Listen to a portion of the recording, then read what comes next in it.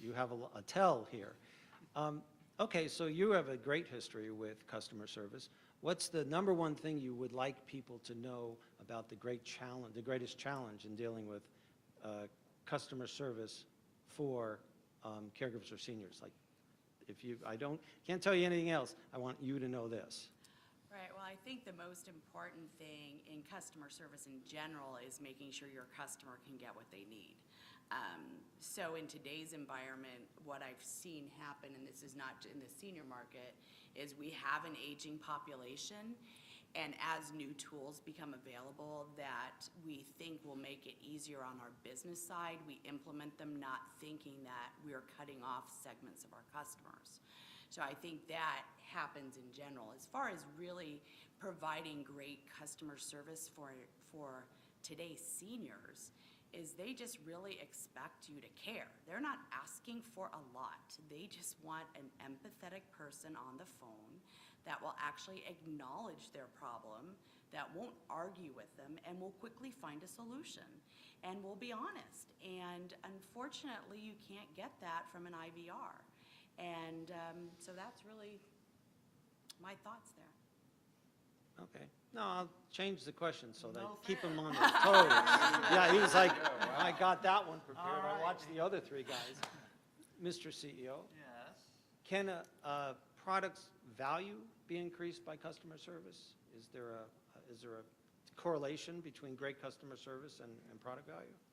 Yes, it can, obviously. And as you move down, I think the higher technology products especially, for us, the definition of the best customer service on a product is that there is no customer service. They don't call. If we can work hard enough up front to make the product easy to understand, when they open the box, they can read the instructions. They're large, they're accurate, they're easy to follow. The product, when they try to put it together, something they have to assemble, it doesn't come with the bags of bolts and nuts, and it takes 2 hours to do it. So the simpler you can make the product to actually use, and the harder you work up front, the easier the customer service is on the back end.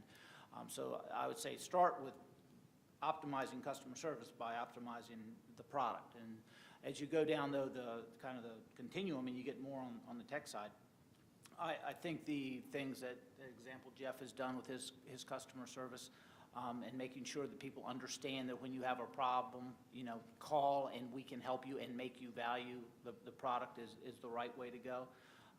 And we certainly have lots of opportunity, I think, with all our companies in making sure that the tech support actually is able to connect with the customer, because the seniors really have a hard time communicating the problems they're having. They get frustrated very easily. And want to give up. And our job is to, not just because we want them to keep and love our products, but because they need a lot of these products, we have to figure out how to make it easier for them to utilize the products and therefore enhance the value of the products that purchased. John, you think there's a value in creating a relationship between a specific customer service representative and a specific caller? Actually for us, we haven't done that, and specifically is because we can provide better customer service by not.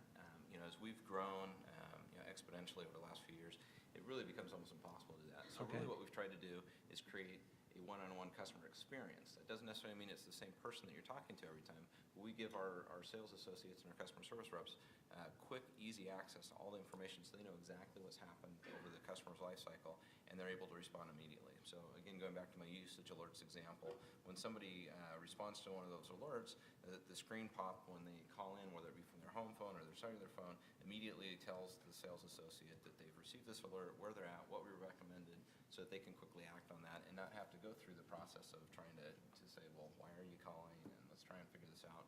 So making sure that you have that one-on-one experience as you grow is really more about using technology and using tools internally to meet those needs, as opposed to trying to align an individual. No, that's an excellent point, and I've discovered that myself. If that person immediately, knows who I am and has seems to know my situation, it doesn't matter if it's Jane that I talked to last week, because I probably forgot anyway.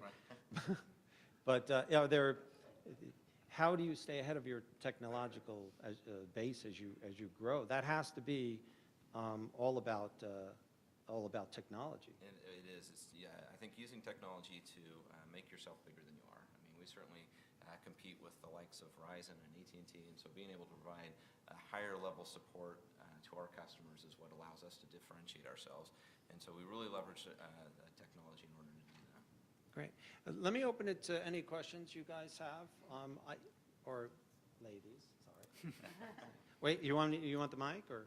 Okay. Go ahead. So we do. We've got a mix of Well, phones. before you, did anybody miss that? Okay, she was wondering about the cellular phones, and she went like this. And so I want to know if the numbers are bigger, right? Yeah. Okay. And so I think that's a great question. It kind of gets back to what I was saying as far as having a portfolio that meets the needs of all the folks. So we definitely have, phones that are designed for probably the more older population. Big buttons, big screen, primarily form factor type solutions.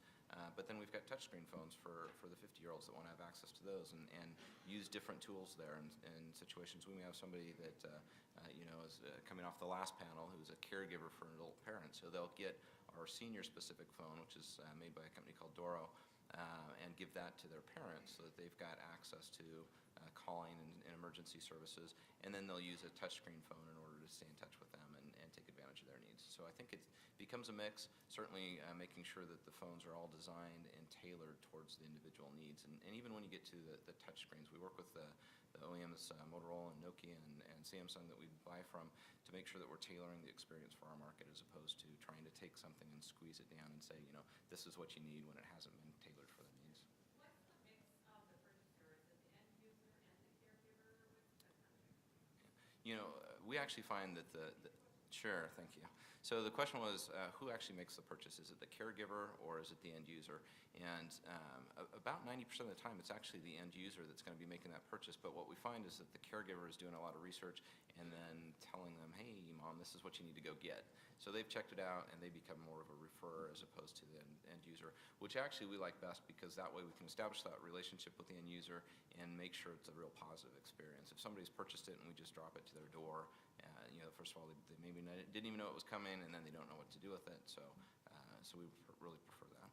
We see the same split. Yeah, I was just good, saying, because I was going to say, let's keep on this topic. It's Yeah, it's 'cause we terrific. see exactly the same thing. 80 to 90% of the purchases are for the end user, the senior themselves. Just across the broad spectrum, we do a product that's similar to Jitterbug, but then we have lots of other products, and they all skew towards the senior themselves. Now, what we find at today's Caregiver Magazine and the Fearless Caregiver Conferences is that we really try very hard to involve the family caregiver. Do you see a partnership when they call and then they're getting information to their son? Is there anything you give them to make sure that partnership between the senior who would use it and the adult child who might be your referring resource? One of the best examples is working with Jeff's product. When the senior would purchase the MYGAIT computer from us, and then they would tell their son or daughter, hey, great news, I finally purchased that computer. And they'll say, oh, wow, that's good. How much did you pay? Well, $700, $800. And they, oh, mom, dad, that's crazy. And so you spend too much. Let me come over and I'll finally come and help you buy a computer. I'll help. I really will this time. So why don't you send that one back? And what we found was we had to educate the purchaser as to when they got that question from their kids as to why do you spend that money? They could say, yeah, but let me tell you about this computer. Here's what it does. Here's why it's worth the money. Here's how it's different from the Windows computer you're going to bring over that has icons and I can't understand. So we actually worked with the buyer to educate them on how to convince their son not to come over and make them send it back. And I would agree with Mark in the experience that I've had. The higher the price point, the bigger the role the influencer has on the purchase. So if they're buying a magnifying glass, they're going to buy it for themselves. But if they're going to buy a product that's almost close to $1,000 or north of $1,000, they're going to consult somebody else in the family to just, if not even to assure them that they're making the right purchase decision. Okay. Talk a little closer to your mics, guys. Lori, did you have a question? Go ahead.